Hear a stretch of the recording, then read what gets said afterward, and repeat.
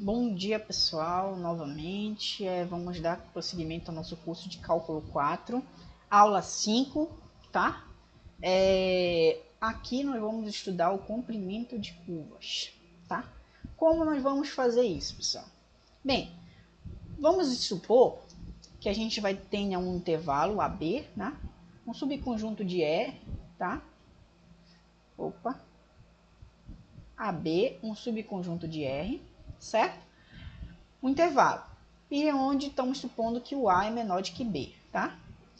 E tomamos uma curva, uma função vetorial, tá?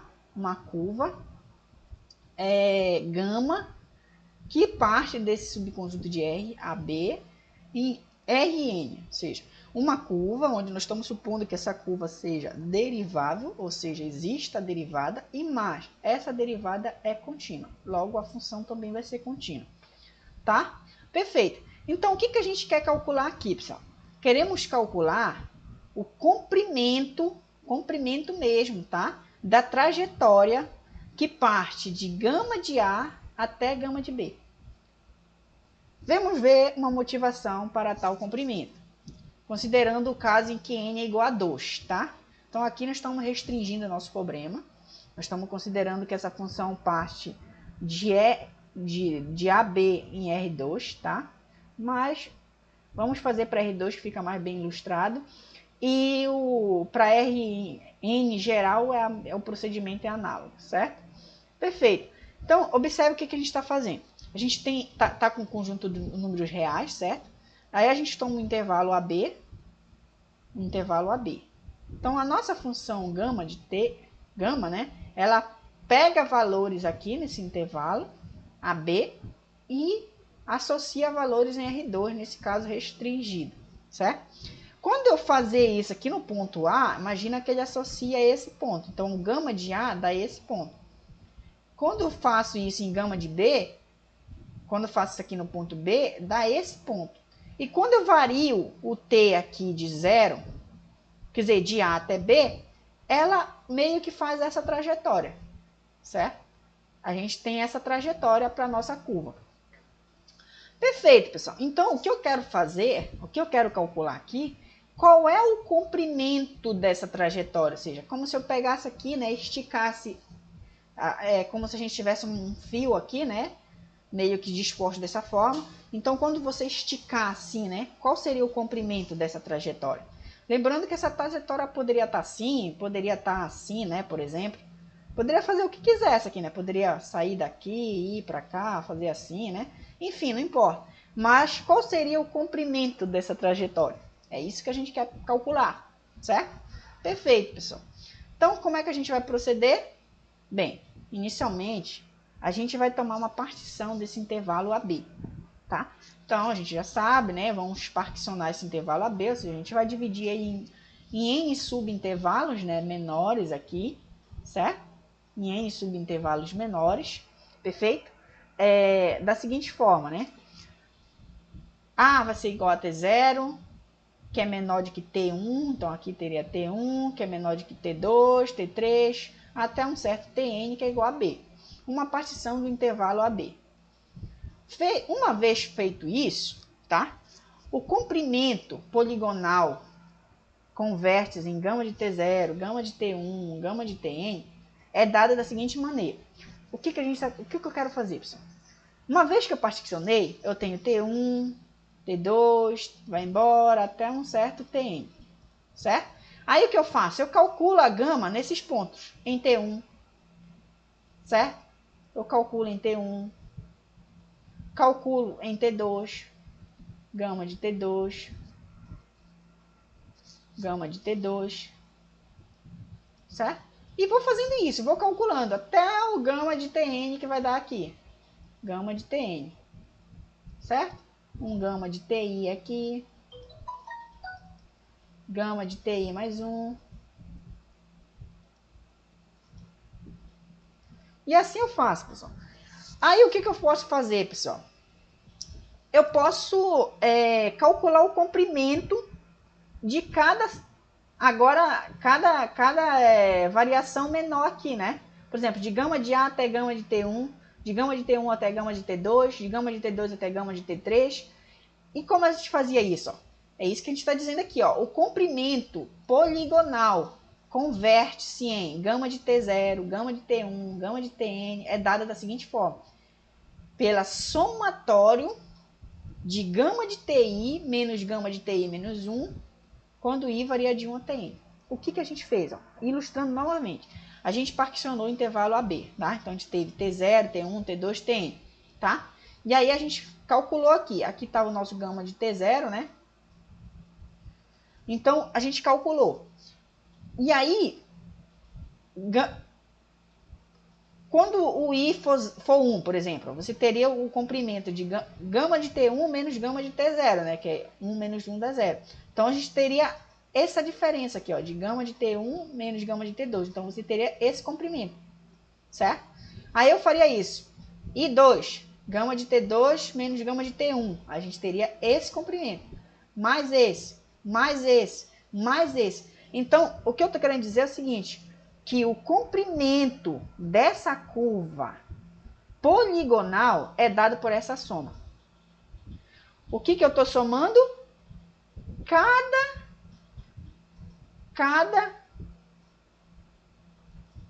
O comprimento de cada subintervalinho desse aqui, né?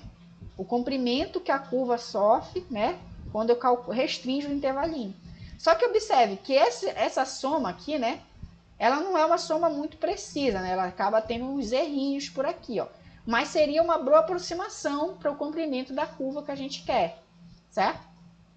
Mas se a gente mandasse esse intervalinho aqui tender para zero, esses pontos ficariam cada vez mais próximos um do outro. E aí, claro, a gente teria o comprimento da curva cada vez mais preciso, certo? Cada vez mais preciso. Então, perfeito, pessoal, perfeito. Vamos lá, vamos continuar. Então, isso aqui a gente está ilustrando o que a gente está querendo fazer, certo? Então, a gente já sabe que o comprimento poligonal é dado por esse somatório, certo? Estou somando essas pequenas variações aqui de comprimentos da curva. Perfeito.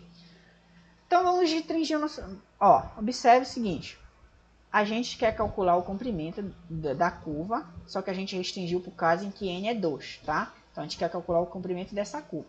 Se n é 2, essa função aqui, pessoal, gama de t, ela é uma função do R2. Então, se ela é uma função do R2, tá? Vamos supor que as componentes dessa função do R2 seja x de t, y de t, tá? Então, por exemplo, aqui nesse ponto, né? Esse ponto seria dado por x de t, né? Para cada t, a componente desse vetor vai ser x de t, y de t, certo? Então, você pega um t real, a componente do vetor vai ser exatamente um vetor cujas componentes são funções de t, certo? Então, vamos imaginar que essa função aqui, né, a função vetorial, gama de t, ela tem essas componentes, x de t, y de t, uma função de S2, tá? Perfeito. Então, vamos estudar, pessoal, esse somatório aqui, que seria o comprimento poligonal, né, da curva. Comprimento poligonal. Perfeito. Vamos estudar. Eu vou começar analisando essa diferença aqui, ó, de gama de TI menos gama de TI menos 1 para algum I fixo, tá? Imaginando que a gente fixe um I. Então, vamos imaginar aqui, ó, I fixo. Qualquer um entre 1 variando de 1 até n, né? Fixei um I aqui. Então, quem seria TI, gama de TI menos gama de TI menos 1? Se a gama é essa função vetorial, quando eu calcular em TI, aqui vai vir TI, certo? Então, gama de TI é x, o vetor cujos componentes é x, TI, y, TI, certo? Menos, quem seria o gama de TI menos 1? Se eu estou calculando em TI menos 1, é gama x, TI menos 1, y, TI menos 1, certo? Perfeito. Então, eu só estou fazendo aqui a diferença. Gama de TI menos gama de TI menos 1 vai ser a diferença entre esses dois vetores aqui, calculado em TI, TI menos 1, certo? Perfeito. Só que a gente tem a diferença entre né, de dois vetores. quando está calculando a diferença entre dois vetores, é a diferença das componentes, né? O vetor cujas as componentes são as diferenças das componentes dos vetores. Então, por exemplo, eu vou fazer a primeira componente daqui menos a primeira desse, né? Xti menos xti menos 1. É a mesma coisa para cá, né? A segunda daqui menos a segunda desse. Yti menos yti menos 1. Perfeito. Uma vez que eu já sei quem é esse vetor, que é a diferença, o vetor diferença, eu posso calcular a norma desse vetor, não posso? Que é o que aparece bem aqui, ó, a norma desse vetor. Então, perfeito. Que a norma do vetor dá exatamente o comprimento do vetor. É exatamente isso aqui que está acontecendo aqui, ó. A norma desses comprimentos, é o comprimento, tá? Perfeito. Tinha esquecido de comentar isso. Então, quem seria a norma desse vetor? A norma do vetor x, gama de ti menos 1, seria a norma desse vetor, né? E quem é a norma do vetor, pessoal? A norma de um vetor v, né? Imagina que o vetor v tem a componente xy, né? A norma de xy, por exemplo. Aí lembra lá, a definição de norma, né? É a raiz quadrada das componentes ao quadrado, né? Perfeito? É isso que eu usei aqui, ó. Então, quem é a primeira componente, pessoal? É tudo isso. Quem é a segunda componente é exatamente essa diferença. Então, a norma desse vetor aqui vai ser a raiz quadrada das componentes ao quadrado. Por isso que aparece xti menos 1 ao quadrado mais yti menos yti menos 1 ao quadrado. Certo? Perfeito. Deixa isso aqui parado como 1. Agora eu vou fazer uma outra análise, tá? Eu vou fazer uma outra análise. Qual é a análise, pessoal? Observe. A gente supôs desde o início que a nossa função gama, tá? Ela é uma função derivável e contínua. Derivável no intervalo aberto a b e contínua no fechado. Perfeito. Então, significa que todo esse intervalo aqui, tá? Todo esse intervalo aqui que vai de A até B, a função é derivável e contínua. Em particular, cada subintervalo desse, a função também é derivável e contínua, porque cada subintervalo desse vai estar dentro do intervalo maior, certo? Então, se a função é derivável e contínua, a gente pode usar o teorema fundamental do cálculo. Desculpa, o teorema do valor médio, tá?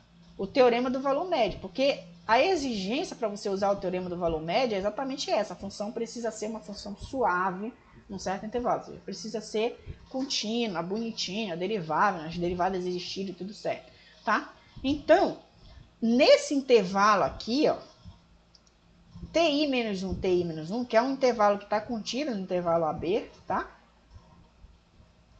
Porque ele é um subintervalo da partição, tá?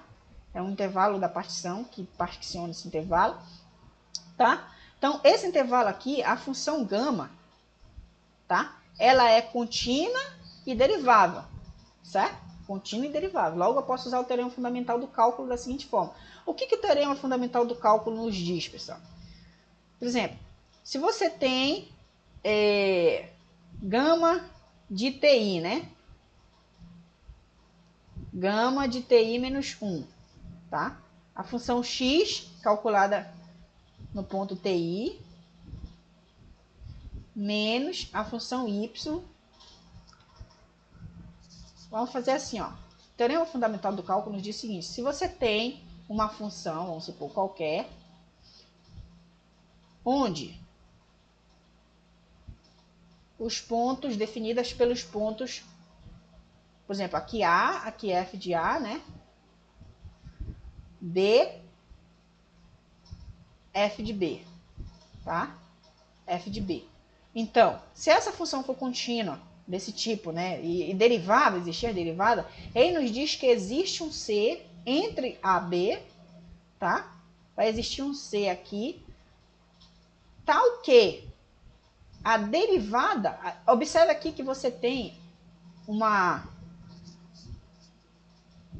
você vai ter aqui, digamos assim, uma secante bem aqui, né, ligando esses dois pontos. A derivada nesse ponto é paralela a essa secante aqui, tá? Então, digamos, vai ter a mesma inclinação. Em outras palavras, isso nos diz que a derivada nesse ponto C, ou seja, a f' de C, vai ser isso que a gente vê lá no cálculo, tá? F de B menos F de A sobre B menos A, tá? Onde esse B e A são exatamente os extremos do intervalo, observe, tá? Os extremos do intervalo. Então, aqui, o que é que está fazendo papel de AB? É TI menos 1 TI, tá? Então, pelo teorema do valor médio, vai existir um ponto CI, tá? Tal que, quando for analisar a função x aqui, ó, x, isso aqui é uma função real, tá? X de t, aqui, vai existir um ponto CI dentro desse intervalo, tal que a derivada de x nesse ponto, observe que só estou reescrevendo aqui, no lugar da ref, estou colocando x. X nesse ponto CI é exatamente xti menos 1 sobre ti menos 1, certo? Eu só reescrevi isso daqui. Isso é garantido, essa existência desse ponto CI é garantido pelo fato de que a nossa função, né? A nossa função x, a função gama, ela é contínua e derivável. Se ela é contínua e derivável, então as funções componentes também são contínuas e deriváveis. Logo, essa função x aqui e y também são contínuas e deriváveis, certo? Perfeito. Perfeito. Então, existe esse TI. Mas, se existe esse CI tal que eu posso escrever isso dessa forma, observe que eu posso isolar esse quociente aqui, né? Como?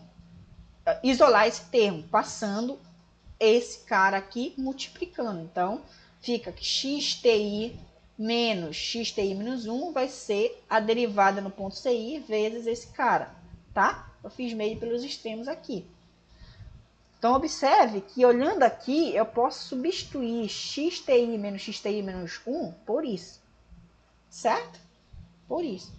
Só que eu posso fazer um pensamento análogo, tá? Eu posso ter um pensamento análogo para a função y, né? Nesse caso daqui, porque a minha função y também é contínua e derivável nesse intervalo. Logo, vai existir um ponto DI, tá? Um ponto DI, tal que y' de DI vai ser YTI menos 1 sobre TI menos 1. De onde eu concluo que, fazendo o mesmo procedimento daqui, YTI menos 1 vai ser exatamente Y' de DI, TI menos 1, certo? Então, observe que eu consegui, né, aqui, reescrever essas duas diferenças aqui usando o teorema fundamental, teorema do valor médio, desculpa, o teorema do valor médio dessas duas formas. Só que eu ainda posso lembrar mais uma coisa ainda, né? Quem é gama de TI? É delta TI, né? Que é a variação, é a amplitude desse intervalo. Isso aqui é um intervalozinho na reta, certo? A gente chama ele de delta TI. Então, lembrando que ΔTI é exatamente TI menos 1, observe que eu posso reescrever essas duas equações aqui, tá? XTI menos 1, eu posso escrever como x' de CI vezes ΔTI, y de TI menos YTI menos 1 é y' de DI ΔTI, tá? Agora, usando 2 e 3 exatamente aqui em 1, tá? Ou seja, eu vou substituir esses valores. Então, no lugar de ΔTI xTI menos 1, eu vou colocar quem? Eu vou colocar x' de CI ΔTI. Então, bem aqui, ó, fiz isso. A mesma coisa eu faço no lugar disso daqui, eu coloco isso. E aí, ó, eu tenho que a norma desse vetor pode ser agora calculada dessa maneira. E aí, observe que se eu distribuir esse quadrado aqui, esse quadrado vem para x' de CI ao quadrado, ΔTI quadrado. Aí também aqui vai ficar ΔTI quadrado. Então, eu posso colocar ΔTI ao quadrado em evidência aqui e acabo cancelando o quadrado de ΔTI com o quadrado da raiz. E aí, esse ΔTI sai para fora da integral. Quer dizer, para fora da raiz, tá? Então eu posso escrever dessa forma. Agora o meu pensamento, pessoal, é o seguinte. Observe que isso daqui a gente está fazendo a diferença, né? A gente está fazendo meio que a diferença. A gente está calculando a raiz quadrada de x' de CI, y' de DI, tá? O que falta para isso daqui ser isso? A norma desse vetor de x' de... Eu vou colocar assim, ó. Gama de CI. Gama' de CI. Gama' de CI. Só que quem é o gama' de CI? Ó? Observe, quem é o nosso gama? Olha aqui, ó, pessoal. O gama é essa função. Então, se eu passo isso aqui no CI, seria x. Se eu calculo a gama', vem x', y'. Se eu calculo no ponto CI, seria isso aqui no ponto CI, x' de CI, y' de CI, tá? Então, gama' de CI seria essa norma aqui, ó. A norma de x' de CI, y' de CI, certo? Só que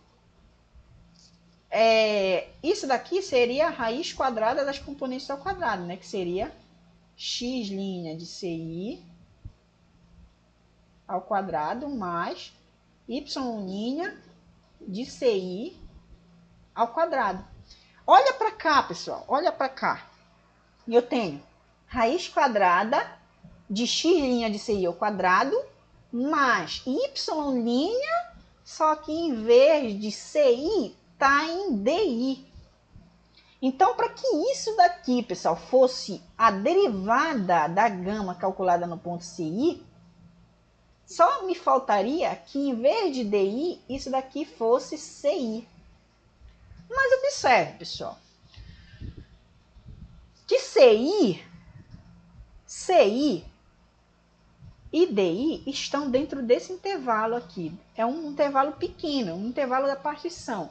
Se em particular eu fizer esse intervalo diminuir cada vez mais, se esse intervalo diminuir, o CI vai ficar cada vez mais próximo de DI, certo? Olha, observe. A gente não tem aqui, por exemplo, imagine que aqui tu tem TI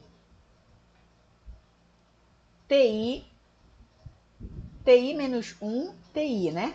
TI. Então, se esse intervalo diminuir muito, como o DI e o CI estão aqui, vão ficar muito próximos um do outro.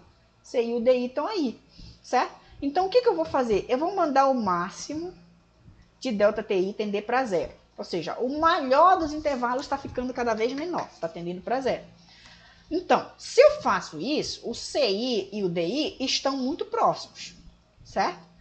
E além disso, a tua função y, ela é uma função y' é uma função contínua, porque a derivada é contínua, certo? A função gama, a derivada da função gama é contínua. Então, o que está acontecendo, pessoal? Quando CI tende muito, fica muito próximo de DI, a derivada no ponto CI também vai ficar muito próximo da derivada no ponto DI, certo? Perfeito. Então, se elas estão muito próximas, eu posso trocar isso daqui, y' de DI por y' de CI, certo? Espero que tenha dado para entender. Eu vou fazer o máximo de ΔTI tender para zero e vou aproximar muito a derivada no ponto y' de DI no ponto y' de CI, pela derivada no ponto CI. E aí a gente vem aqui, ó, e troca. Então isso daqui, ó, a norma desse cara vai ser aproximado por a raiz quadrada dessa soma. Só que no lugar do y' de DI, eu coloquei y' de CI. E como eu já expliquei aqui, eu fiz isso para que isso daqui fosse exatamente a norma desse vetor, né? Desse vetor aqui, cujas componentes vão ser as derivadas, né, das funções escalares. Só que as derivadas aqui, esse vetor aqui, nada mais é que a gama' de CI. Eu já mostrei lá, tá? A gama' no ponto CI. E como a ΔTi, né, é um valor positivo, né, a amplitude, é o comprimento desse intervalinho aqui, então isso aqui é um valor todo tempo positivo, então eu posso colocar ele dentro da norma também sem influência nenhuma, tá? Sem influência nenhuma. Então, pessoal, a gente consegue aproximar esse quociente, essa diferença aqui, né, a norma dessa diferença por isso. Só que observe, a gente está estudando esse comprimento poligonal. A gente já conseguiu ter uma aproximação para esse cara, mas aqui a gente precisa ter a somatório. Então, se a gente conseguiu provar que a norma dessa diferença é aproximadamente essa norma, quando a gente somar de i variando de 1 até n, a gente soma aqui também com i variando de 1 até n. Então, a gente ainda tem a aproximação, certo? Então, a gente tem que a somatório de gama de ti menos de gama de ti menos 1, isso daqui vai dar o comprimento poligonal. Então, o comprimento poligonal é aproximadamente calculado pela derivada da gama no ponto TI vezes ΔTi, certo? Por essa soma. E aí, é possível mostrar, pessoal, que passando o limite, quando o máximo de delta de TI vai para zero aqui, ou seja, passa o limite aqui, ó, passa o limite aqui com o máximo de delta de TI tendendo para zero, aí vai ter que passar o limite aqui com o máximo de delta TI tendendo para zero. Isso daqui, pessoal, o máximo de ΔTi tendendo para zero dessa soma vai dar para a gente a integral de A até B da derivada da gama calculada no ponto T dt. É possível provar isso, tá? Que não é o caso aqui para nós. O mais interessante é a gente entender, tá? Então, pessoal, o que a gente acabou de provar? Que o comprimento da curva gama, tá? Aqui a gente vai denotar simplesmente por L de gama. Quando eu escrever L de gama, estou dizendo que é o comprimento da curva gama, tá? É dado por essa integral bem aqui, tá? Então, o comprimento da curva gama é dado pela integral de A até B da derivada da curva com relação a t. Da norma da derivada, mais preciso, porque a gente sabe que a derivada, né, de uma curva vai ser um vetor. Aí você calcula a norma desse vetor e calcula depois a integral. Então, o nosso procedimento é simplesmente esse, tá? E olha, observe que isso daqui a gente restringiu, né, a fórmula no caso em que n é 2, né? Então, a gente estava trabalhando com funções de R em R2. E se a gente estivesse trabalhando com funções de R em R3, né? De R em R4, de R em R10, a fórmula é análoga, tá? A única diferença é que esse vetor aqui teria 2 componentes, 3 componentes, 4 componentes, tá? Então, a gente pode fazer isso. Então, vamos fazer um exemplo só. Olha, vamos calcular o comprimento do arco da hélice circular de equação. Então, observe que nossa curva é uma hélice circular, ou seja, a trajetória vai fazer meio aquelas coisas que a gente vai girando aqui, vai tendo uma hélice circular, tá? Então, por exemplo, a nossa gama de t, ela tem componentes cosseno de t, seno de t e t. É uma função que vai de R em R3, certo? Eu quero calcular o comprimento dessa curva do ponto 1,00 até o ponto 1,02π, tá? Ou simplesmente quando t variar no intervalo de 0 a 2π, que vai dar exatamente isso daqui, tá? Por quê? Ó, observe, quem seria o gama de 0? Eu até faço aqui, ó, gama de 0. Não, gama de t igual a 0. Então, fazendo t igual a 0, vai dar cosseno de 0, que é 1, seno de 0, que é 0, e t igual a 0, que é 0. Então, ó, dá exatamente esse ponto aqui, certo? O gama de 0 é 1, 0, 0. E quem seria o cosseno de π, quer dizer, a gama de 2π, né? Que é o outro extremo aqui desse intervalo. A gama de 2π vai dar cosseno de 2π. Cosseno de 2π coincide, né, com o cosseno de zero, né, que é 1 também. O seno de zero, quer dizer, o seno de 2π, desculpa, o seno de 2π é zero, né? Então, observe, é como se você estivesse dando aquela volta completa, né? Tá aqui, aqui é zero, aí quando tu dá uma volta completa, 2π. Então, nesse caso aqui, o cosseno, que é esse eixo, é 1, e o seno, que é esse eixo, dá zero. Bem aqui, ó, dá zero, certo? Então, a gente está assim. Então, ó, cosseno de 2π é 1, seno de 2π é 0, e o t é igual a 2π, né? Nesse caso, quando estou fazendo gama de 2π. Então, no lugar do t vem 2π. Então, a gente cai nesse outro ponto. Então, a gente pode trabalhar dessa forma ou trabalhar com esse intervalo. Perfeito, mas eu quero calcular eu quero calcular o comprimento da curva que vai de gama de 0 até gama de 2π, tá? De acordo com o que a gente viu aqui, esse comprimento da curva gama vai ser a integral que vai de 0 a 2π da derivada da curva gama, tá? Ou seja, vai ser a integral que vai de 0 a 2π do módulo da derivada da curva gama de t dt. Então, vamos fazer por parte, né? Primeiro, quem é a derivada da curva gama? Ó, a curva gama está aqui. Então, derivar a curva é derivar cada componente, tá? A gente já viu isso. Então, quem é a derivada de cosseno de t? É menos seno de t. Quem é a derivada do seno? É o cosseno, derivada do cosseno de t. E quem é a derivada de t? É 1, né? Desce 1 e subtrai 1, né? Fica t, 1 menos 1 que dá 0, t elevado a 0 dá 1. Então, então a gente cai aqui, ó. A derivada da curva é esse vetor. Perfeito. Uma vez que eu já tenho a derivada da curva, ó, já sei quem é a derivada da curva. Vamos calcular a norma da derivada da curva. Quem é a norma da derivada da curva? Seria a norma desse vetor, né? Poderia até ter escrito aqui antes de calcular. Então, no lugar disso, eu poderia colocar a norma desse vetor, tá? A norma dessa curva, da derivada da curva, é a norma desse vetor. Só que quando a gente está calculando a norma, como é que a gente calcula? É a raiz quadrada das componentes ao quadrado. Então, quem é as componentes? A primeira componente é menos o seno. Então, vem menos seno ao quadrado, mais cosseno ao quadrado, mais 1 ao quadrado, tá? Perfeito. Menos seno ao quadrado é seno ao quadrado, certo? Ficaria aqui menos 1 ao quadrado, que dá 1, seno ao quadrado, tá? Então, fica seno ao quadrado, mais cosseno ao quadrado, mais 1. Aí, você recorre da relação fundamental, né? Uma relação fundamental que diz que o cosseno ao quadrado